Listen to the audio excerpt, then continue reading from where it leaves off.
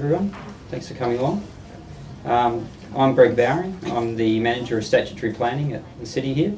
And as you know, you're all here to have a little bit of a discussion and a presentation about subdivision, which is essentially it's a state government process, which the local government is one of several referral agencies. So primarily what we're looking at is lot size and the form of the lots, as opposed to what the other agencies would be looking at is the connections to services and road access and the like. Okay, just over a quick overview. Applications are controlled by the WAPC. The Act was revised in 2005. Previously we had the Town Planning Development Act 1928. So a review of that Act was a long time coming, and the new Act has simplified a number of things and brought about 3 different Acts together, so it makes it a lot easier for us to administer.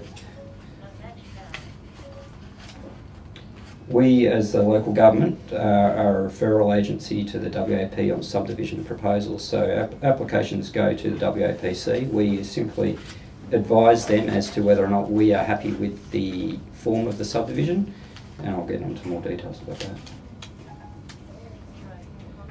An application doesn't need to be prepared by a land surveyor. You don't have to go off and get a land surveyor to prepare a subdivision application.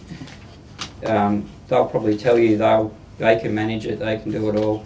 A straightforward subdivision, if you're confident with setting up a plan, drawing it yourself, getting the details about the site that are sufficient for a plan of subdivision, then you can lodge that yourself, go through the clearance process and then engage a land surveyor for the production of the diagrams and the final clearance of the titles.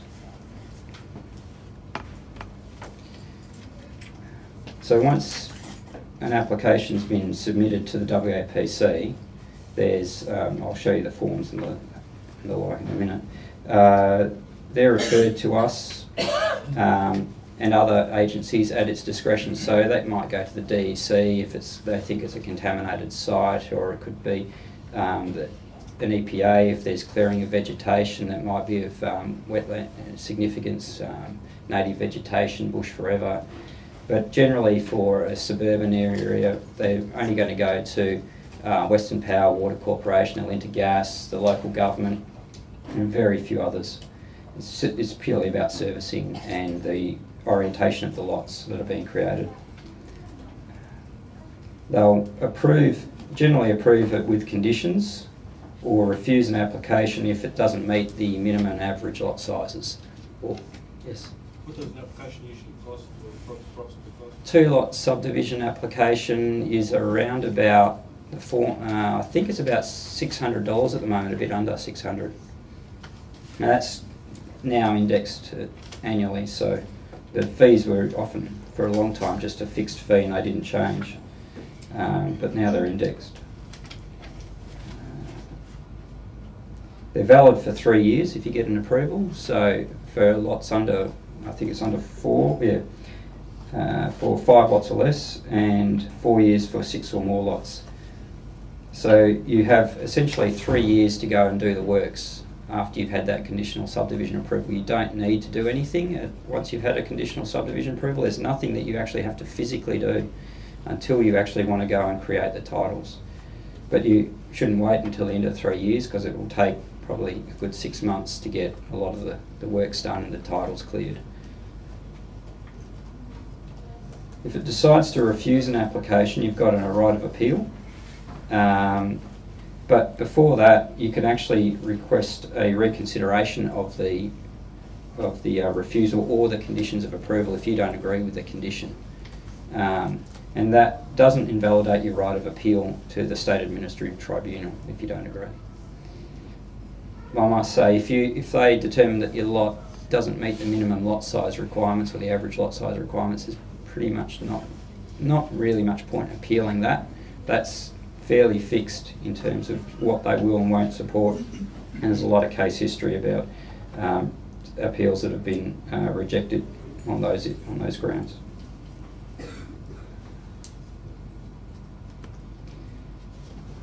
So what defines the lot size requirements? It's the zoning of the land, so the density code that applies over your property. So that's set under the town planning scheme. And a density code is really a ratio of dwellings per hectare. So you've got density codes everywhere from R5 through to R160. So that's high-rise inner city apartment development up to 160 dwellings per 10,000 square metres, or down to 2,000 square metre lots in almost semi-rural subdivision. How are those density codes determined? The city does that through the town planning scheme. The zoning over the land could be rural, residential, commercial, industrial, but the density code is another layer on top of that, which actually specifies which refers to the table 1 of the R codes, and I'll go into that. And you cross-reference the density code on the town planning scheme map with table 1 of the R codes, and that gives you your minimum and average lot size requirements for subdivision. So the R codes are state planning policy, and they're incorporated into the city's scheme by law. So essentially the R codes become an extension of the town planning scheme as well. Yeah. And they, so I've just mentioned that. Essentially we've got a metropolitan region scheme, I think the pointer will work, which is a broad citywide scheme which basically just delineates the key land uses like industrial in purple, reserves in green, regional roads in blue and red, residential in brown. You've got a railway through there which is grey for PTA, and that's the metropolitan level. As you step down, you've got a more fine-grained, sorry, I can't do that.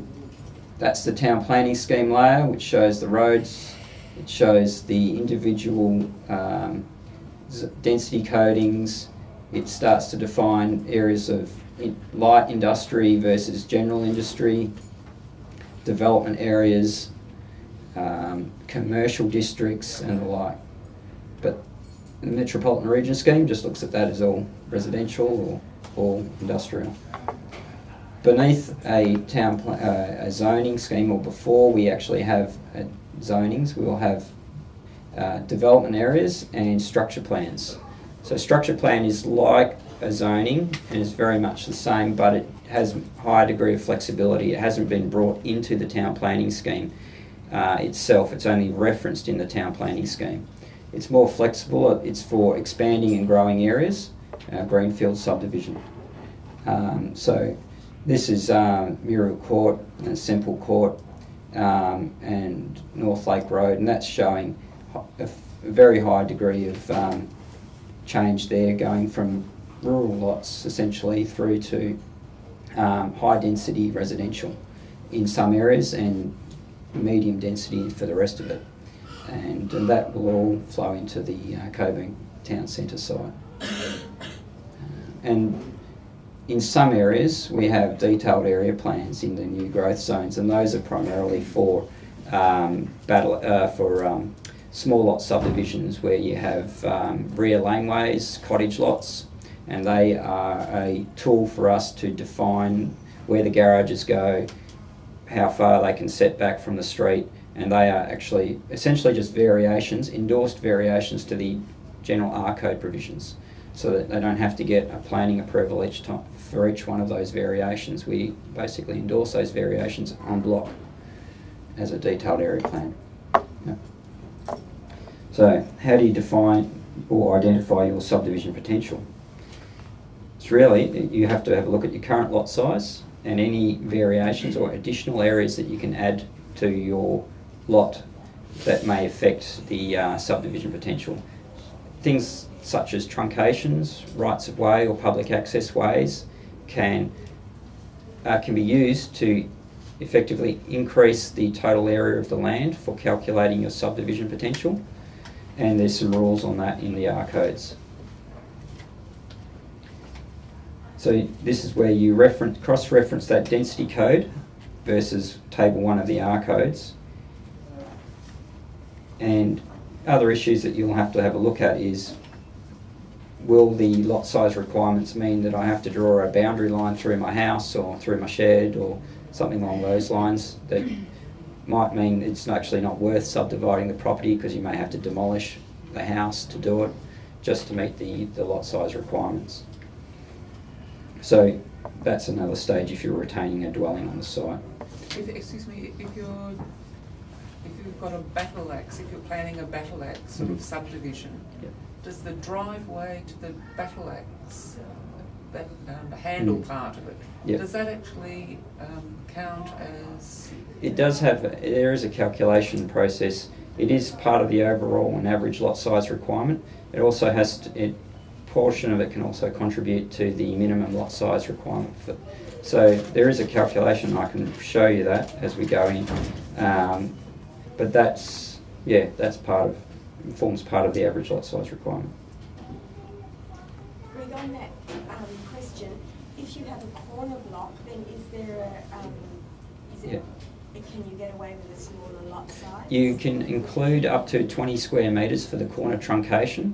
So where the lot is cut off the corner, typically it's a 6 by 6 metre corner truncation. So there's around about 18 square metres there, which you can add into the total of the lot when you're determining the average lot size requirement.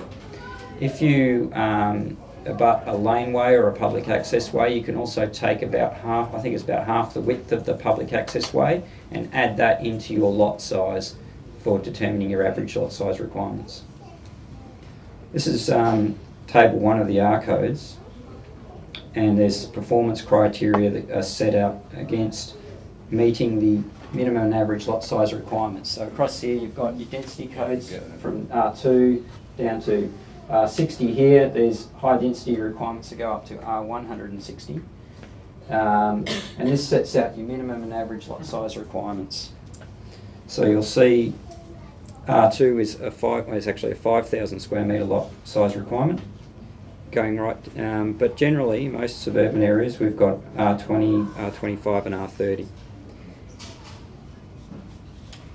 The R20 subdivision potential at the moment is a minimum of 440 square metres with an average of 500. So that means you need 1,000 square metres to be able to create 2 lots.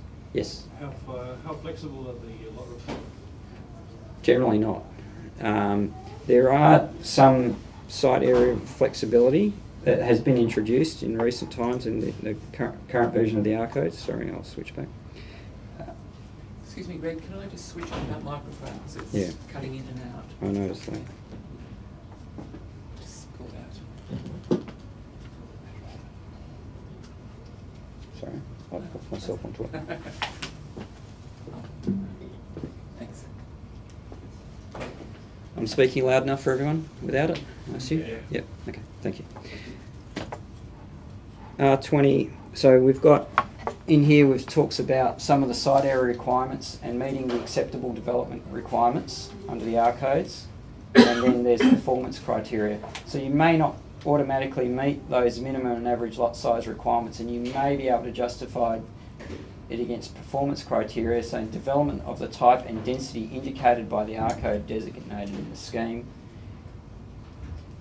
It's really not, there's not a lot of flexibility. You might get a few percent in a variation. Yes, up the back. Are those documents on the council's website?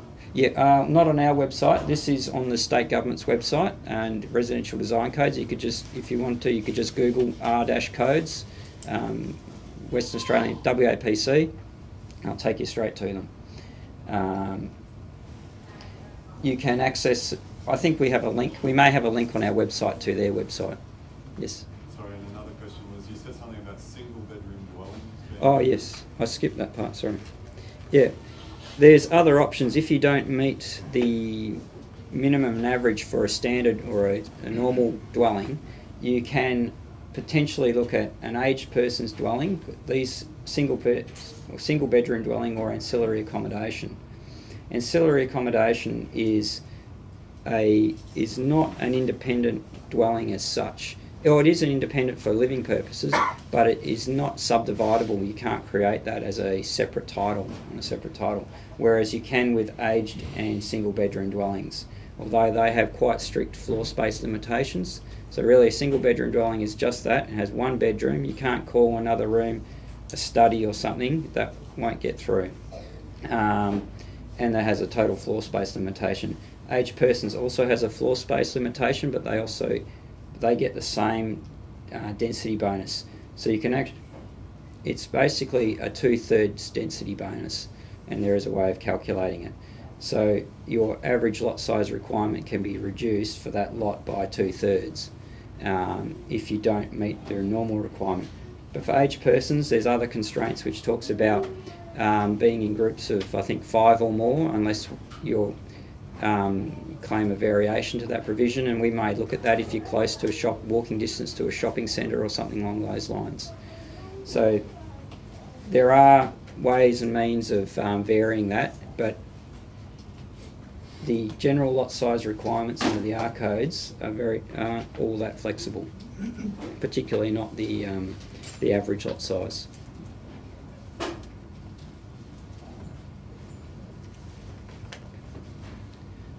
That's just showing a calculation or determining, actually talks about variations and how you calculate the lot size requirements and what you can include. In this diagram here, it's showing you can include 20% of the battle axe access leg is included in the minimum side area for the rear lot. So the average is across the entire lot, but these minimums need to be achieved as well. So this one here is 204. In R40 the minimum is 200 square metres. So this is well in excess of that. But the average is 220. So that's below the average for this one, but this larger lot is compensating for that. There's also 30 square metre included in the minimum side area for this right of way at the rear. Is your front yard included in? Yep, up to the property boundary, not the entire verge yet down to the road, just to the property boundary. Excuse me, Greg, Yes. these sizes as stated now, are they sort of set in stone, or like in 1 or 2 years in the future, could they possibly be changed? That's correct. They generally are set in stone until we change them. They're part of the town planning scheme, which is an act of parliament essentially. So to change it, it has to go through a ministerial approval and gazettal process. Revitalisation process is what we're using to review the density codes in various areas. We're going through that at Hamilton Hill at the moment. We've completed Phoenix, and then we're likely to move on to Coolbellup and maybe South Lake down the track. The process, the resources that we've got, we can handle one of these revitalisation strategies at a time through our strategic planning department, and Hamilton Hill will probably take about 2 years from start to finish. It's we've learnt a fair bit out of the Phoenix process, changed our approach to it in the consultation, but we've also streamlined some of the steps and made it a bit clearer. So hopefully Hamilton Hill will get, we've had a lot of feedback on that. We had a very good engagement process which I helped facilitate one of the tables with, and we got a lot of feedback from the residents about what densities, what ideas, not really the densities, but the type of development that they wanted to see. Whether they wanted to see, you know, just be able to subdivide a lot off the back, or if they wanted something different which would actually indicate even higher densities than that, or if they didn't want that at all, if they wanted to keep it the way it was, you know, keep the trees in the backyard, have the microclimatic benefits of having the larger lots. And those are pluses and minuses. I attended a speech at the City of Fremantle, or a presentation from a chap by the name of Tony Hall over from the UK, who's written a book called The Life and Death of the Australian Backyard. And he examines basically a 1980s subdivision where you have houses covering about 30% of the site, largish backyards, on lots around 600 to 800 square metres.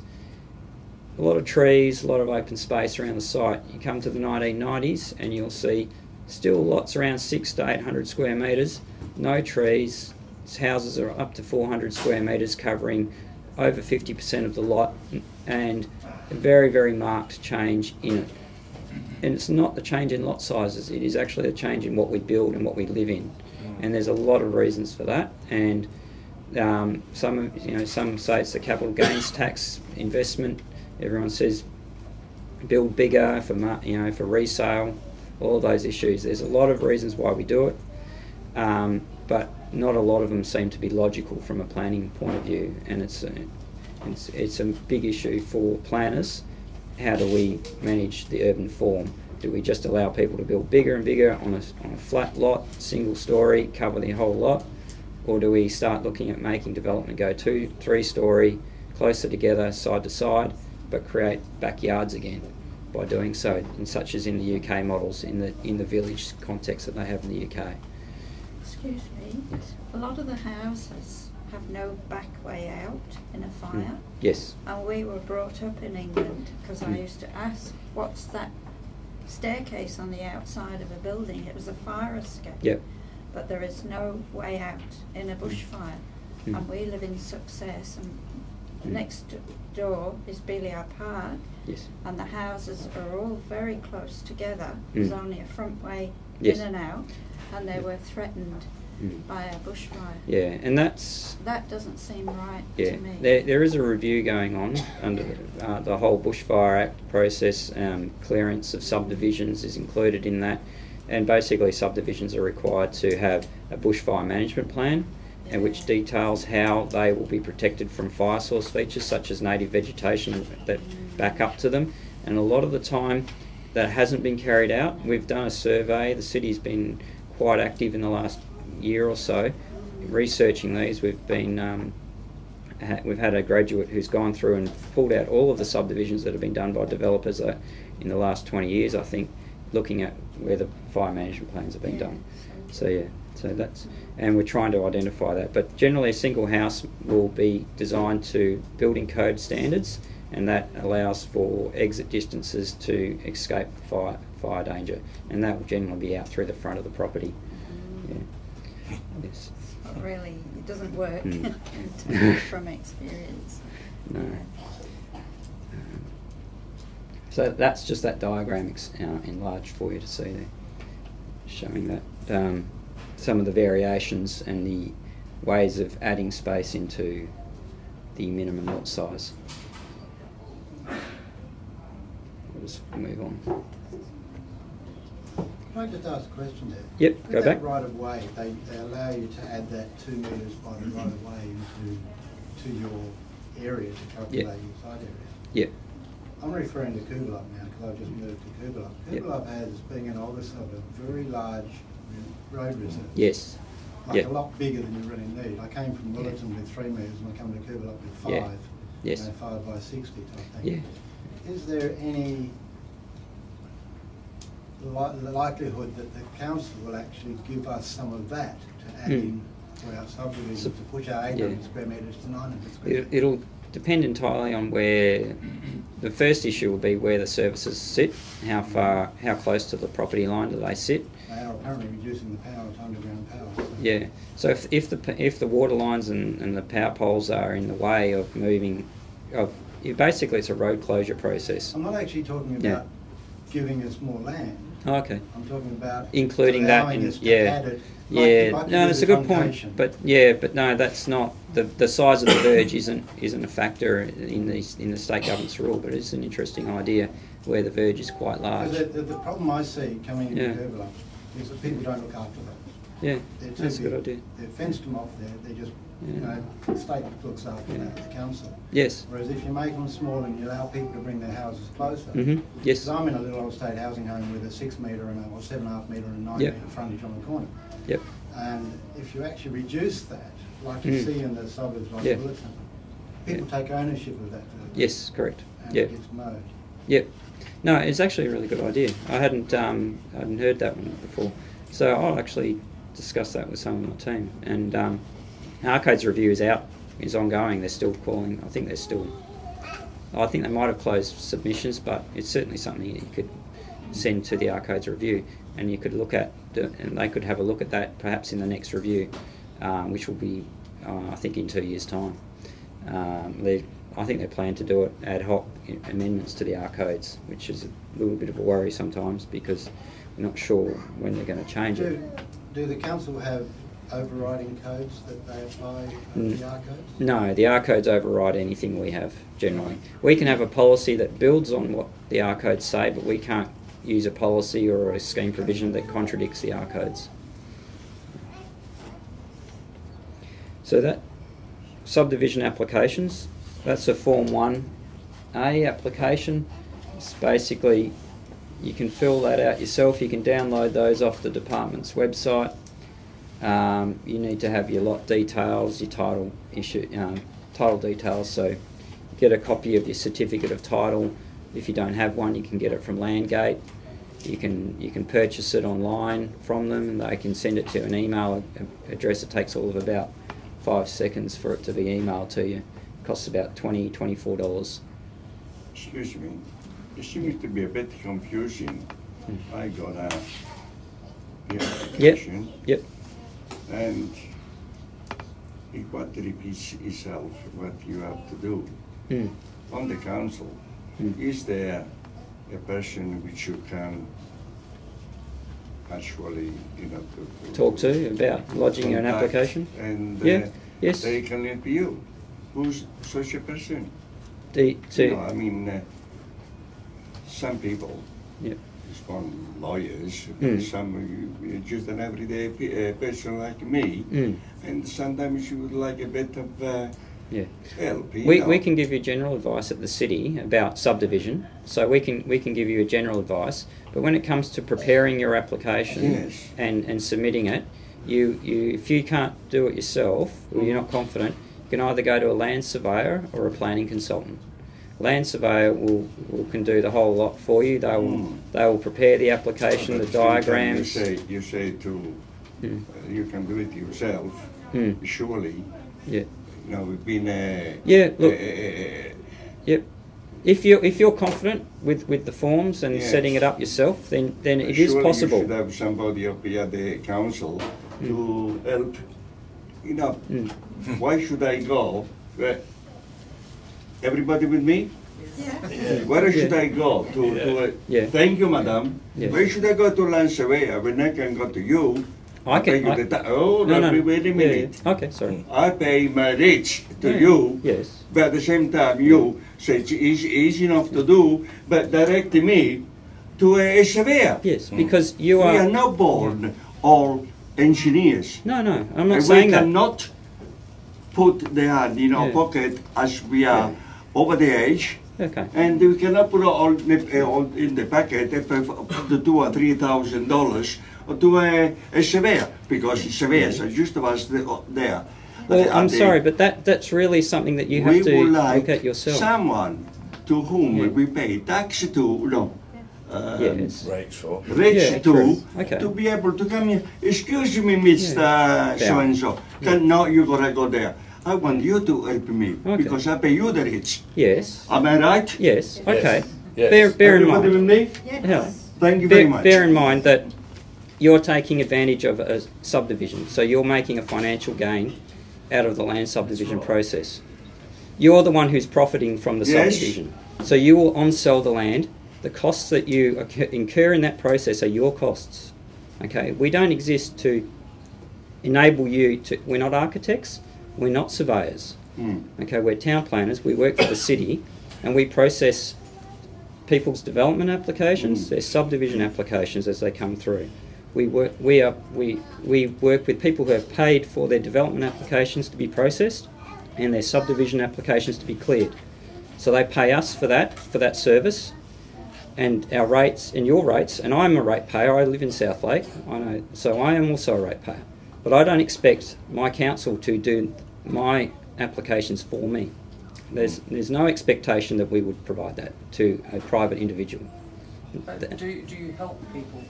Yes, and that's what I'm saying. Yes, we can provide advice as to the subdivision potential. We can help you, but we give you advice as to whether or not you could do this But to actually prepare your application for yourself, that is your responsibility.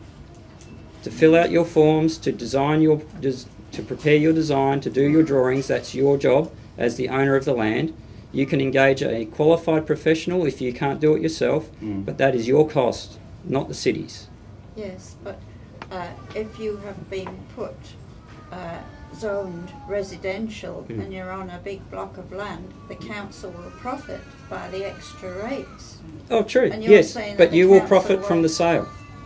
You will profit from the sale of the what land. this gentleman's saying. But We've that's jumped part of ahead. that's part of the cost. You'll have to pay plumbers to install water services. You'll have to pay electricians to Right. connect the lots. You'll have to pay for gas connections. You'll have to pay the surveyor for the diagrams to be drawn anyway. It's got to be done. Okay. Drawing and lodging your application is no different in the process to any of those other things. Right. They're all part of your costs as a developer. Right. Essentially, we don't do it for an individual. We don't do it for companies that come to us who have thousands of thousands of lots that they want to produce. Excuse me, does the Department of Planning have people who can help? No. I would like to say yes. I've worked there. They don't have the resources. They will make it. They will push you back to us to get advice. They are very difficult to deal with, even for us, I must say. I'm sorry. Yes, So- sorry at the back. Sorry, just a question to do with the diagrams. You said we can do it, you know, individuals can do it themselves without going to a surveyor. Yes.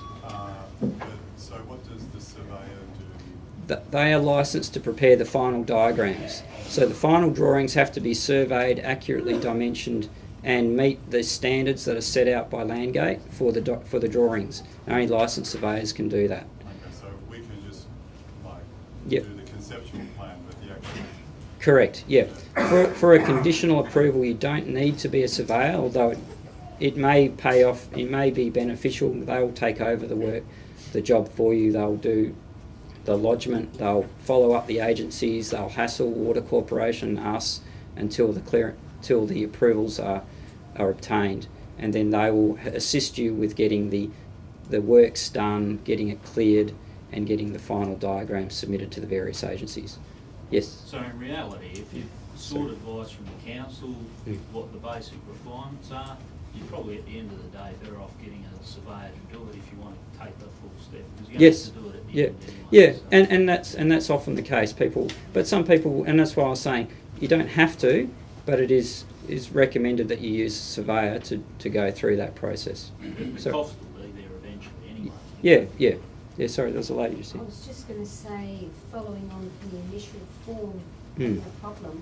I mean, one can just go ahead, do the best they can with it, and once it's put in and the department says, oh, not enough detail here or something, Yep. send it back, do it Yep. again, they Yes. might send it back, Yep. do it again. So, Yep. I mean, there's no, put it in first time, no, you've done it wrong, cross you off, you know? Oh no, they That's won't. exactly what- They won't accept the application. If the application isn't complete, if you've missed a north point on the Yeah. drawing, you'll get the whole lot back. Yeah.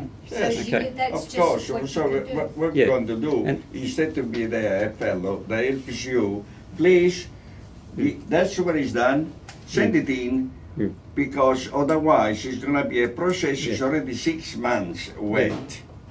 So, Oh. when they go there, 70 then it days. goes 6 months, then 12 months, 18 months, how long is it going to be? If An application like this, do it a ourselves. two-lot subdivision will usually take around 70 days to be processed at the See, not state government. not everybody is making it for financial gain. For instance, like me, I just want to help my children to be Yeah. the next to me. Yeah, and that instead of selling All it, what I mean, it that's, is just someone Yeah. with a bit of intellect and knowledge. yes.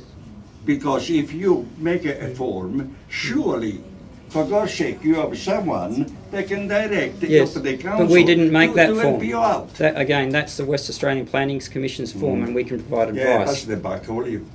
I'm sorry, but I'm not passing the buck. Just pass the back. I'm sorry you That's see it what that you're way. doing, you're passing the back. I'm sorry. No helping the people of Excuse me, sir. paying Can your pay. If you have a Because at the problem, end can of we, the day, can we we discuss are it separately to today? paying And you can your come and see pay. me. If you have an issue, I can come and discuss it with you personally. You can come and see me. I'll give you my card. And we'll talk about it outside of this presentation. Thank you. I'm going to be in the same position with you. Yeah, Your card no, is not a problem. Thank So you. if you employ a surveyor properly, the way you're suggesting that you do, you employ a Treat that. surveyor, Yes. will they do everything and take the money out of your profits, or do you have to pay them up front? Oh, that's a commercial arrangement. They, don't they. know. No, I've personally never engaged a surveyor to do the work. Because we're pensioners Yeah. as well, and you know, you Yeah. can't keep paying out. Yes. Yeah, No, it's that's something that you costly. can discuss with them. Yeah, all right. Sorry, getting What on this gentleman's referring to is you've got the ability to shove it sideways. Yes. We've been through all this, surveyors, Mhm. structure plans, everything over the 29 years that we've been there. You maintained the park for free for the other ratepayers, and you just say, no, you can't do a thing with it because it's wet. Thank you very much. Yeah. Yeah. Okay, so you've got to. Or the and we can officer talk doesn't about work that. here Okay. anymore. I don't or know he's if on they have holiday. enough or you own one. All right. I'll move on because we're talking about Yeah. specific issues that pertain to something other than what some of the other people want to hear about, I think. So we've got survey strata and green title options. So green title is a freehold lot. It's individual ownership. You get a certificate of title for each individual lot at the end of the process. Survey strata, you're you retain the original freehold title, and the ownership is strated into multiple ownerships. It arose out of commercial and industrial properties being strata titled for multiple businesses to own rights to the airspace in a building. It's now advanced out to the Survey Strata Act, or the Survey Strata form of Survey Strata, which is a cadastral form. The old Survey Strata system was based on the buildings. All the measurements were taken from the existing buildings, and you had common property, common space. You had a common interest in the area outside of the building. Those are the older forms. You'll find the old duplexes are in that form. They'll be on what they call a brown or a purple title, where they have you basically all you have is the air inside the building. You don't even actually particularly own the walls. Everything outside of the space inside the building is common, and you have to have common insurances and things like that. The survey strata process is almost like green title. It's based on the land. It's based on the cadastral area of the land, and you pretty much have the right to do whatever you like inside that area, unless it's a site coverage issue and it starts to impact on the total site cover. So that's basically what I've talked about there. So it's the, Greg, Yeah. is the plot ratio the same for, say, purple title construction or? Yeah, site coverage is irrespective of the works irrespective of the form of title. Yeah, Jan Beck. Just from what we were talking before with regards to advice, is that by appointment or is No, times that you it's best if you come in and arrange, but you can come to the front desk and see a planner, and you can just come to the front desk there and ask to see a planner. Yeah, anytime during up till 4:30, I think. Greg, I just had an idea. One of the best ways that you can get information is go to people who have already subdivided. If you don't want to pay a surveyor, find someone who's done a subdivision. Yeah. Say, do you mind helping me out? Maybe a neighbour or someone in the Madam, community can give you a Madam, it's easy enough, but how do you need to advertise in the paper? Do you need to, how can I go to someone if I... Yeah, I can just go down my street and I can see people who are built behind them. I will just go to knock on their door and just say, "Can you? Are you the person who's done the subdivision? Can you give me some help?" This is a green title subdivision, original corner lot. It's been subdivided. The original house was set on a bit of an odd angle. They probably would have had a garage here at some point. They've built a garage at 90 degrees. It's parallel to the street, so that's why the setback is reduced. You can reduce that down to 3 metres. Tidal boundary runs through there. As you can see, a modern house has been built here, and really there's not much left of at all. I think that would be their courtyard area, although there might be an alfresco area under there. It's hard to tell.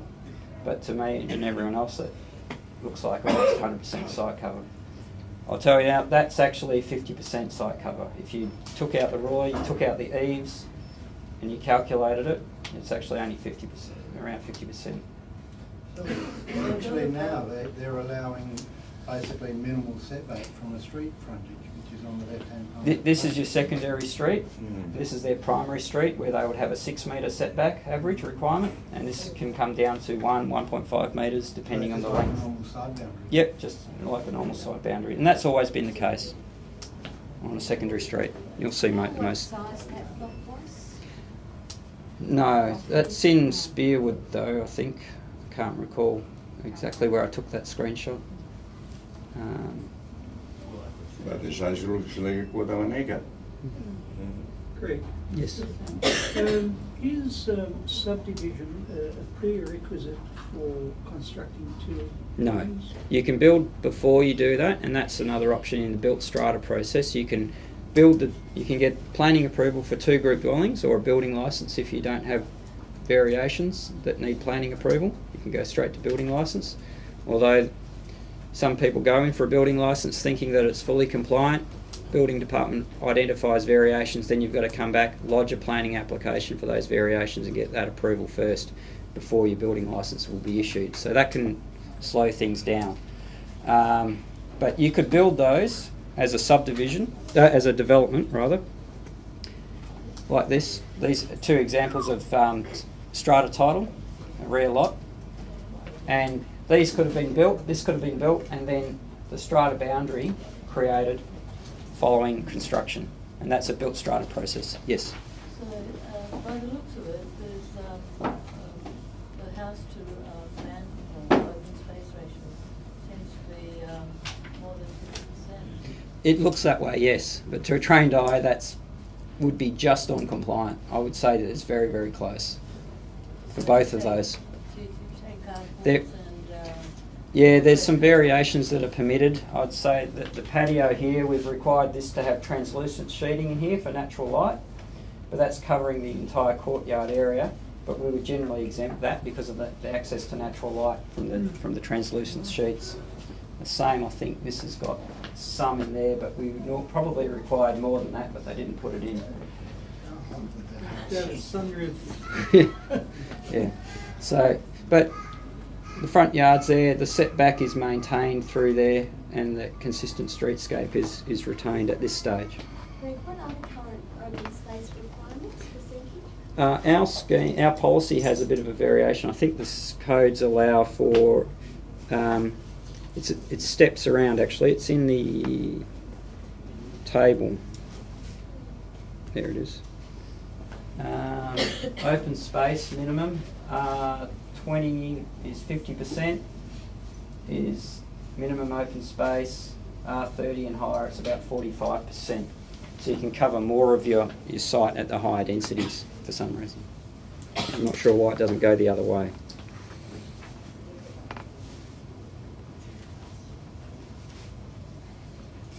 I'll just skip back. Greg, does your setback change if you've got a battle box? So you've got a house at the back, you might have to move the carport. The Yeah. house in the front, can you have less setback? Or? Yeah, so this has been built at a 6 metre, I'd say it looks like a 6 metre average. But they could have come to 4.5 metres for the garage. This has been built at 3 metres because it's on a 90 degree. And that's a variation that the R codes allow for.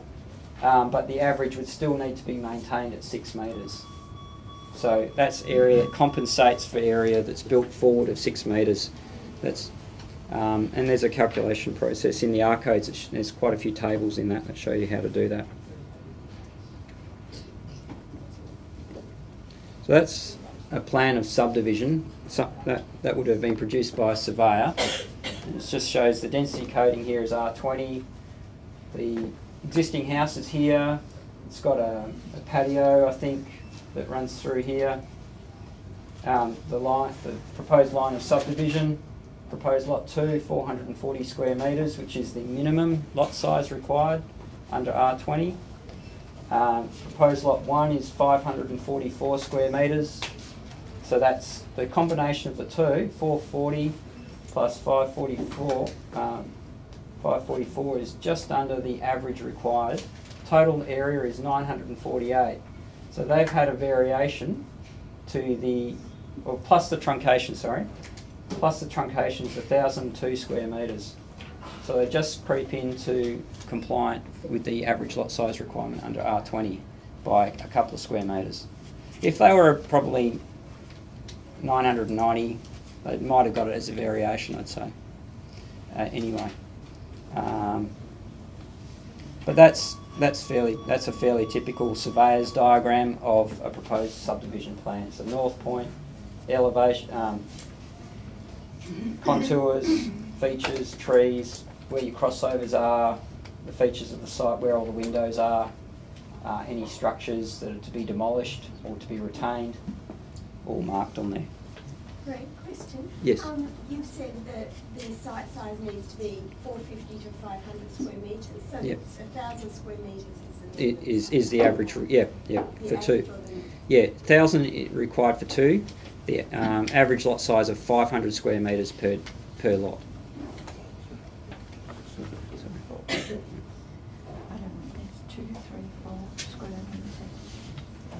So if you're preparing an application, you'll need to detail things like any excavation or filling, any recontouring that you might need to do, alterations to the existing drainage system, methods of dealing with stormwater drainage, availability of services such as, where is the water power connection that come to the site now, relevant provisions of any operative local planning schemes. So you're talking about your density codes or any variations or policy provisions that you need to comply with. And perhaps if there's any heritage significance associated with the building or the site, maybe there's a significant tree or something like that that needs to be shown. You need to show things like nearby land uses and activities, preferably, greenfield areas. There's issues where there might be unexploded ordnance. Rockingham's got that in particular, where the military used to test fire into Rockingham for back in the 50s, and so now you've got to go out with expensive detection equipment before the developers are allowed to take bulldozers in. And they do find old shells. I don't recall that there's anything that's ever exploded, but they do find unexploded ordnance quite regularly in some areas. Environmental features, native vegetation, watercourses, details of any staging of the subdivision of the land. So if you've got a larger estates will be staged into 50 lot sections at a time that they'll produce. Structure plans or structure plan provisions. If you're in a structure planned area and their structure plan says that your area will be coded R40, the roads will be like this, you may have to give up land for roads or parks. You'll have to pay a developer contribution. There's also, on top of this, and the city's policy at the moment is a developer contribution for public infrastructure, which has been endorsed in the town planning scheme. So there's DCP, Developer Contribution Plan 13. So any additional dwellings that are created, or any additional lots, one or the other, but not both, you'll have to pay.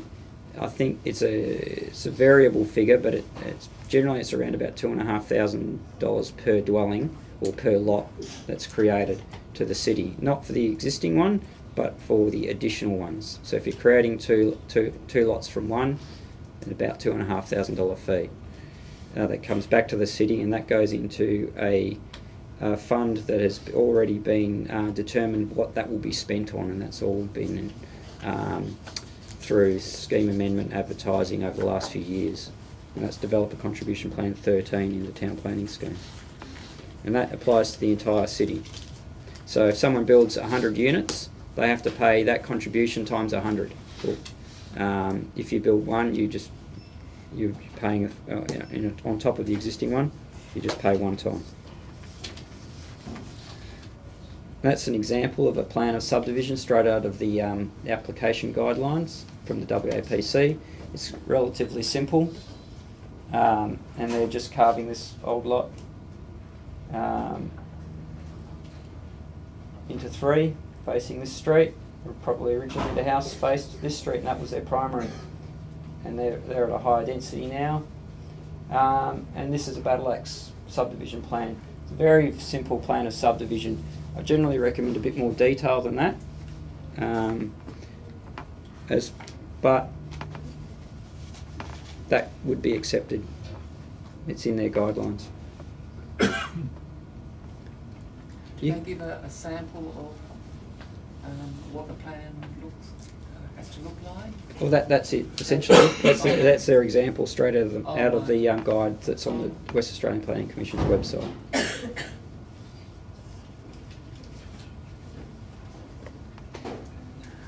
So, applications are submitted to 140 William Street, Perth, the Department for Planning. The department works under the Commission. The Commission is the decision-making body. There is a group of about 13 people that form the Commission.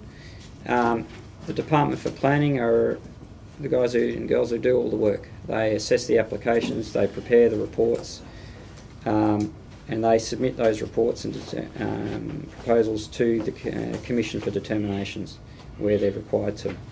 Subdivisions, general basic subdivisions like what you'd be looking at, done through the offices. They don't need to go to planning committees generally. Applications are received and then they're referred out to those agencies, and they have 42 days to comment. The current WAPC process is that an application won't even go to an officer for 42 days. It'll be held in the administration department after they've sent out the referral letters. So if you ring up in that 42-day period, they'll say it hasn't been assigned to an officer yet. They don't know anything about your application. So as soon as you hit 43 days, ring up and find out who's got the application, see if they've even had a look at it. Probably at 43 days they wouldn't have even looked at it. Someone's probably just plonked it on their intro.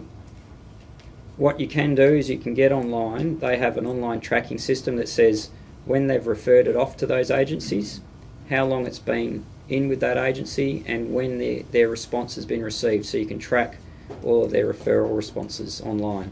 And they give you an access code and a PIN number so that you can log onto their website and track your application online. Applications, their statutory time frame is 90 days. Generally a 2-lot subdivision, 3 lots would be done in about 70, 80 days max. They don't like them. They get in trouble if they go over 90 days. Greg, if your application is not approved, do you refund your application fee? No. You're not. That's so it's $600 to put yep. it in, and it's not. Yep. And if you can't comply, that's your essentially at your risk and your cost. It's a fee for assessment. It doesn't cover the cost of the work by any means. It's certainly not a cost recovery fee, even at $600. Yeah, but if 2 neighbors decide to subdivide, how much price they have to leave between them? So if 2 neighbours, you want to amalgamate, and that's what they call an amalgamation re-subdivision. So you may not have enough land to subdivide, but your neighbour and you could create maybe 3 lots. You mean, how big is the driveway? Oh, if you wanted to. Well, usually a driveway between is 3 minimum, 4 is preferred. But you can go down to 3 or a bit less than 3 if the buildings are in the way. Together? Together. Yeah.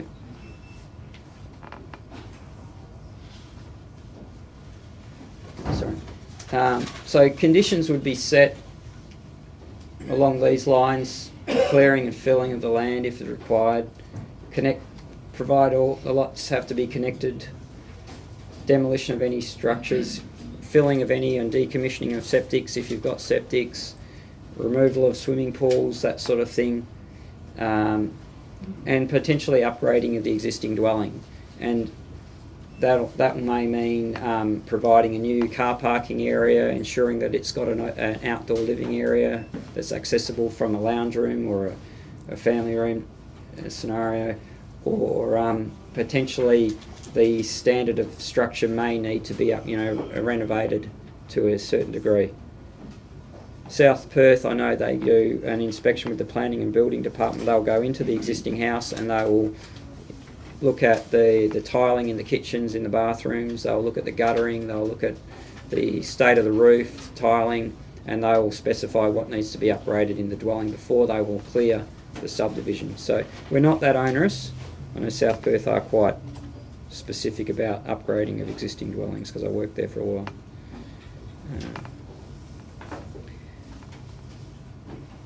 So you undertake those works to comply with any conditions that you get. You get a plumber in, an electrician to do those connections, demolish whatever's required, clear the site of any debris, other retaining walls, planters, clear that out, and then an upgrade if required. And there's a policy ADP 58 which specifies what you may need to do to an existing dwelling. So this is just something I cut and pasted out of an existing approval, and these are sort of the conditions that you might see. Arrangements being made to the satisfaction of WAPC and to the specification of Western Power. This is the sort of wording they use for the provision of an underground electricity supply to the lots shown on the approved plan. So that's a Western Power condition. The same thing for Water Corporation, supply of water, connection to sewer, easements for sewerage or water that may be required. If the main sewer line runs through the back of the property, the easement needs to be on the title so that you don't build on it. Land being filled in or drained, so that's just making sure that the lot's level and developable. Any outbuildings and structures to be demolished, septic sewer systems being decommissioned. That's a very typical type of conditional approval that you would see from the Commission for a rear lot battle axe type scenario. Sometimes the councils will put the access way to be constructed as well. I don't agree with that. For 2 lots, the construction vehicles will go in there and they'll wreck it before they finish building the house. And if you're buying a vacant lot without a built driveway, you know you've got to build it yourself. So you'll see in some councils they'll make them build it, but usually the developers will argue tooth and nail to not have that condition. Greg, is the future underground power, is that another condition? Or? Undergrounding power, that isn't related to your subdivision process at all. No, that's the government's or the local government, the program to infill is separate to your subdivision. If you have underground power available, like that one you're required to provide to an underground power connection. What I mean is, like Hamilton Hill, for instance, they're getting that in the future. Yes. So if one were to construct now, do you have to make allowances for that? You'd have to check with Western Power. It might be an idea to do it in a way that would allow for that, but yeah, so you might be able to minimise your costs. But yeah, certainly you'd want to contact Western Power about that as a general inquiry. Yeah. So I can't answer that specifically. They'll put dome in. Yeah, straight up to the pole. Yeah. Okay. Once it goes through, they'll connect it. Yeah. That's. They make the allowance for that too in the costing, I think. Okay. Oh, that's good. Oh, good. So you're getting down to your final approvals, clearance of your conditions. So once the plumber's gone in, connected the sewer and the water, and they then provide you with a connection certification, then you can get that cleared by Water Corporation. They'll give you a clearance letter, or your surveyor will collect these from the various agencies, including the local government, if there's anything that we need to do, need to clear. Like the lot's been cleared of debris, the buildings are demolished, the existing house complies with the R Code's requirements. Clearances impose a fee, so there's a per lot fee for clearance, and that's not, it's fairly minor fee, but we do a site visit, the agencies will do a site visit.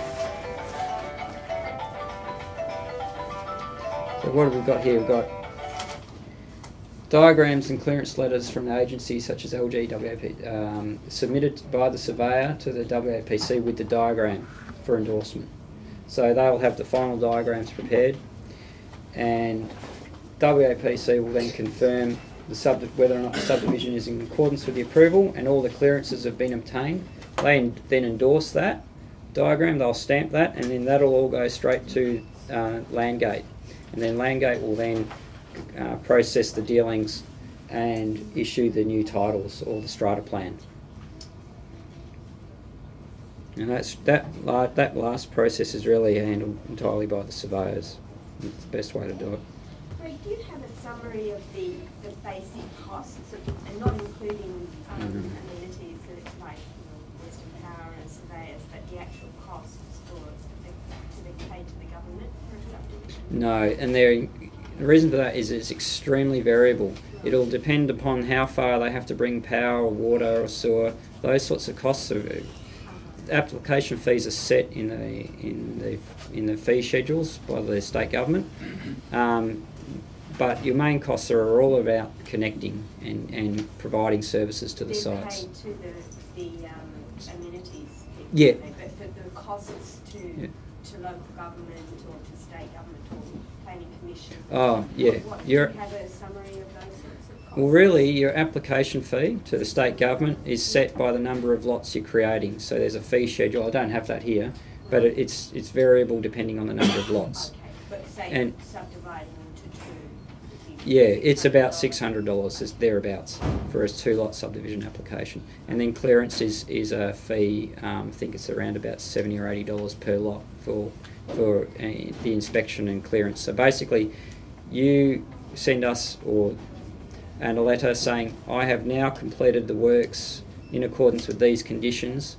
An officer will go out, take that letter, they'll go out, they'll look at the site, they'll make sure it's been done, come back, and then we'll issue a clearance letter back to you that you can then attach with the diagram, a survey, to go to the West Australian Planning Commission, and the surveyor will lodge that. Considering it was just general and standard, and you put the application went right through from beginning to end, roughly, what kind of a time frame would one look at? Oh, okay. You could probably, yeah, it's really how quickly, if you can get an approval in about 70 days, so 2.5 months to get the conditional approval. It really comes down to how soon you engage your services for the connections and the works if you've got demolition work. So if it's a vacant site, you could probably get it done in under 6 months if you really wanted to. The actual title issuance process has been computerised. It's very much faster than it used to be. It used to take weeks and weeks to get the titles issued after the WAPC had endorsed it. Now it's done in a matter of a week or two at the most, and that would be unusual if it took that long. So yeah, 6 months would be achievable, certainly. Coming back to those costs, there was the $2,500. What was that for? That's the developer contribution fee that the city imposes for every new lot or every dwelling that's created in the city now. And that goes to the developer contribution fund, which is set aside for specific community projects, things like the Surf Life Saving Club, upgrading of infrastructure, provision of community facilities and parks, and I think, I'm not sure if there's the library's part of that as well, which will form part of the Super GP clinic and library down at Cockburn Central. But there's a whole range of projects that's funding. I think it will generate about $54 million over 10 years or so. It's expected. They're expected to generate about that sort of money, and that those projects are already budgeted and put into the annual budget. But yeah, everyone has to pay that when they create a new lot, and that only just came in sort of middle of this year. It was finally gazetted in the middle of the year. But we were actually imposing those conditions to pay those fees from about January this year already.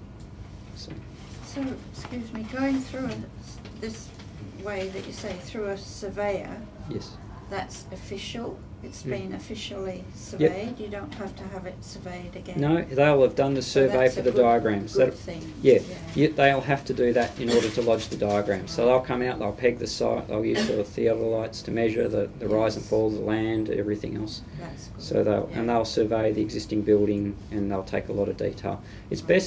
Often it's best to do that. You need to do a feature survey of the site for a development application. So if you're going to build a new house or additional dwelling on the site, you'll need to get a feature survey done by a land surveyor, really. We need that in order to be able to accurately assess the application in terms of levels, interface with the adjoining lots, position of the dwelling on the site. If you're ever going to build additional dwellings, then a feature survey by a licensed surveyor is a very good idea to get one of those done. The reason I asked was we're on 5 acres, and it was done by eye. Yes. And Carl came along, and it's 20 metres out all the way up the 5 acres. And a lot of the older lots, you'll get you go into Fremantle, places like that, and you'll have lots that are whole sections of houses in a row that are built on each other's lots, because the surveying techniques back then were just not accurate, and there's a lot of mistakes made in the older titles.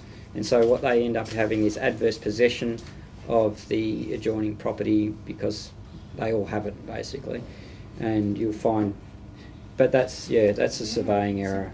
Yeah. So modern surveying techniques are down to millimetre accurate, so they'll find any mistakes like that, and they'll get rectified through any subdivision process. So that's an example of a green title subdivision. It's very basic corner lot subdivision. So that's all the diagram details that you'll see. Deposited plan, that's produced by the land surveyor, and that goes through, and that's been endorsed by the Department for Planning, and it's an approved survey. So that's what would have gone to Landgate for a final endorsement and creating of the new titles. Do you have a 2 to 3 in that? I was just going to show a survey strata. I could probably pull one up. So that's an endorsed plan of survey strata, or built strata rather. In this you've got part 1, part 2.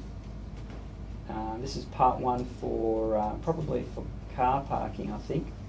And then there's common property. So this is part 2, common property, part 1, common property. It's specified in the, even though it's called common property, it's allocated to an individual strata owner. And that's a built strata, essentially. The dwellings would have been built, and then the strata title created to separate ownership. As you can see, that's based on the existing built form, whereas that is just based on the cadastral lot boundaries. The land is the basis of the ownership, whereas that is based on the buildings. That's cost less to do in some ways and is easier in a lot of ways. You can combine connections on a survey strata, whereas you can't on a green title. Each green title lot has to have its own individual sewer connection, power connection, whereas there are options which can save you some money by doing it as a survey or a built strata, where you can combine connections. You still pay the same sort of rates, but your headworks charges are lower.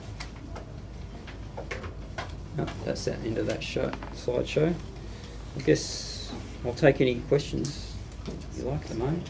If there's any other questions. Yeah, perhaps the width of a driveway, say you take such a flat-like property, we've seen an example of 11-metre frontage. Yep. The frontage property and 4 metres for the driveway. Is that a typical example?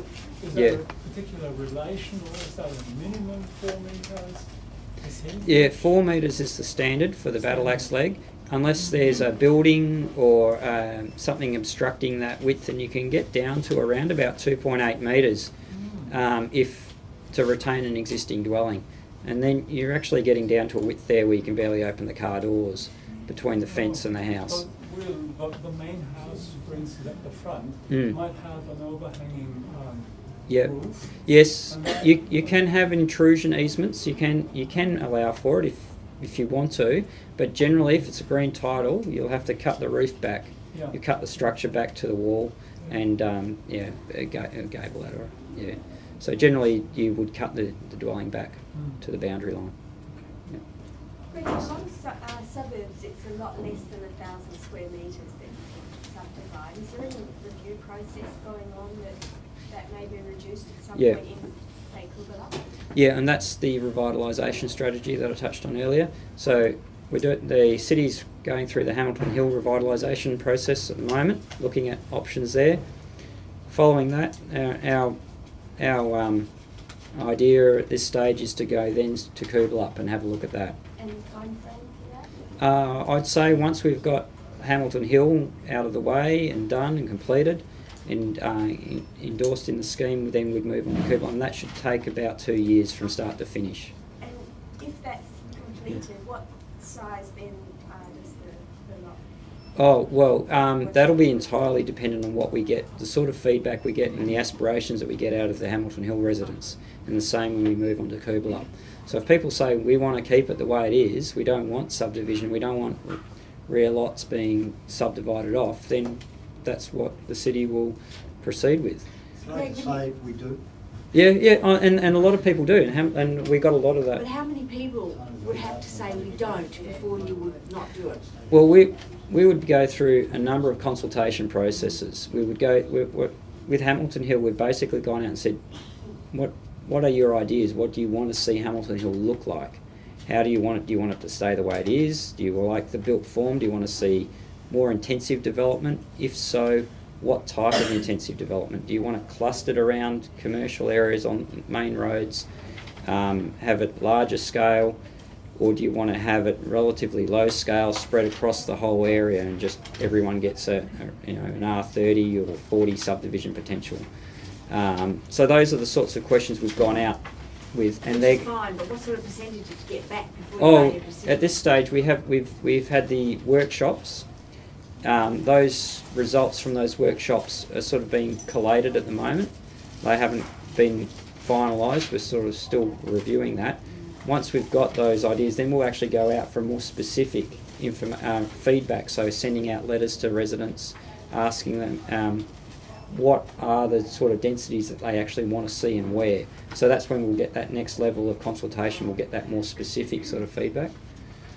So I noticed with Hamilton Hill towards Phoenix Road, at the sort of south end of Hamilton Hill, it's already gone through its revitalisation process where they look like there are 25 R30 zonings, because I've seen 350 square blocks happening there. Is that going to happen with the rest of Hamilton Hill, or is it like you're saying it's going to depend? Yeah, there's a little bit of a corner there on the south end of Hamilton Hill, which is part of the Phoenix Park revitalisation strategy, which has been completed.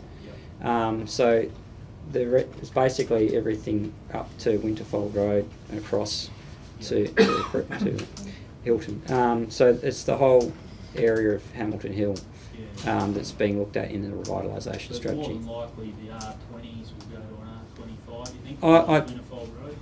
Potentially higher. So, R25 is really not much of a step in terms of revitalisation. It's basically just saying instead of 1,000 square metre lot for subdivision, 800's okay. I think the ideas would be that we would look at other forms other than single houses, and a lot of the issue we have in Perth at the moment is housing choice. We have a lot of single residential houses detached. They're hard to look after. We only have less than average. The average person per dwelling is less than 2 now. So we've got a lot of 4x2 houses, 5x2 with theatres, games rooms, all these excess space. And the reality is that the number of people living in these dwellings is dropping, but we're still building this stock. And so we're not creating housing choice. And we do need apartments, we do need grouped housing, we do need more aged independent persons dwellings. And our suburbs are very much a monoculture of single detached houses. And so just increasing the density to R25 just creates more of those single detached houses. They'll still be large houses on relatively small lots and not creating a new more affordable housing or more suitable housing for the type of people that we actually need to accommodate.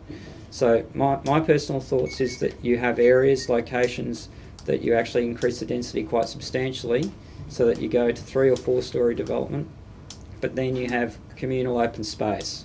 You have clustered apartments, terraced housing and the like, where you get choice of housing. You have 2 or 3 2-bedroom units, apartments that have an outdoor area out the back, and have a balcony to the street, reduce setbacks, and you have different choices. You have, instead of just all housing of one type, you have variety, so that people don't have to move out of Hamilton Hill because they can no longer look after the property when they get older. They can stay in Hamilton Hill in a smaller unit or apartment. They're the proposals, listening to what you're saying. From That's all the idea. In Coolabah and all the old school areas, there's been a lot of stuff that we've been provided with, and there's lots of different accommodation options. Yeah, there's a lot of different standards of quality of built-out form as well, and it's really a lot of it's to do with, is it accessible to transport? Does it have services? Can you get to a park nearby? Is the quality of the built form well done? Is it just a rack and stack flats that don't work? They become social problems. They don't get looked after, and those are the things we don't want to encourage. Just touching on those school zones in Coolabah, you got 3 zones. Yes. Are they being held until after that revitalisation? No, they're being progressed now by Landcorp. And so Landcorp's got control. Are they going to, at the moment, they'd be sort of restricted to that 2.5? No, they're in development areas, so they'll be looking at a structure plan for those sites, and they may go to the higher densities. So they're going through all of that planning process, scheme amendment requirements. So Landcorp takes on all of that cost and deals with all of that themselves through their consultant town planners and engineers. So they work all that out. With this revitalisation, when it happens, is it going to allow us to push up plot ratios so we can go to 2 or 3 stories? Yeah, and that's I have a block that has almost a one story. And that's the sort of feedback that we'd want to get. You know, is 2-story acceptable? Do you want to go to 3 stories in certain areas with higher densities? And if you build them in the right location, you're not going to get people overlooking each other, and if you do it right, and then you'll have more people closer to the shops, you'll have a more social environment where people coming out of their houses or have balconies that overlook the street closer to it, and you have less social problems because of that. There's more presence of people on those streets. So those are the sorts of issues that we want to try and draw out, but you don't necessarily have to make the whole area like that. You can keep sections of it. If there's streets where people want to stay single residential, keep their backyards, that's fine. But if we want to look at the whole suburb, there's a lot of options. So with Coolabah, like these public comments, this will be after you start that process. Yes, yeah, and that's what we want to get out of the residents. We want their aspirations. We don't want to tell them this is what we're going to do, because that really, no one likes that. Not everyone's going to agree, and people will object. Naturally, I would, if it was just being foisted on myself. But it isn't a matter of choice, because if you're on a big block, your rates are going to go up. So it's not a matter of choice. Rates in a residential area are based on the rental value of your property. They're not based on the land area. Right. So it's in rural areas it's different, but I think they're moving to a different system for that. Right. But for residential areas, it's based on the number of bedrooms and toilets and bathrooms and how big your house is, and that adjusts your rates. Right. Yeah. So not the actual land area. Okay.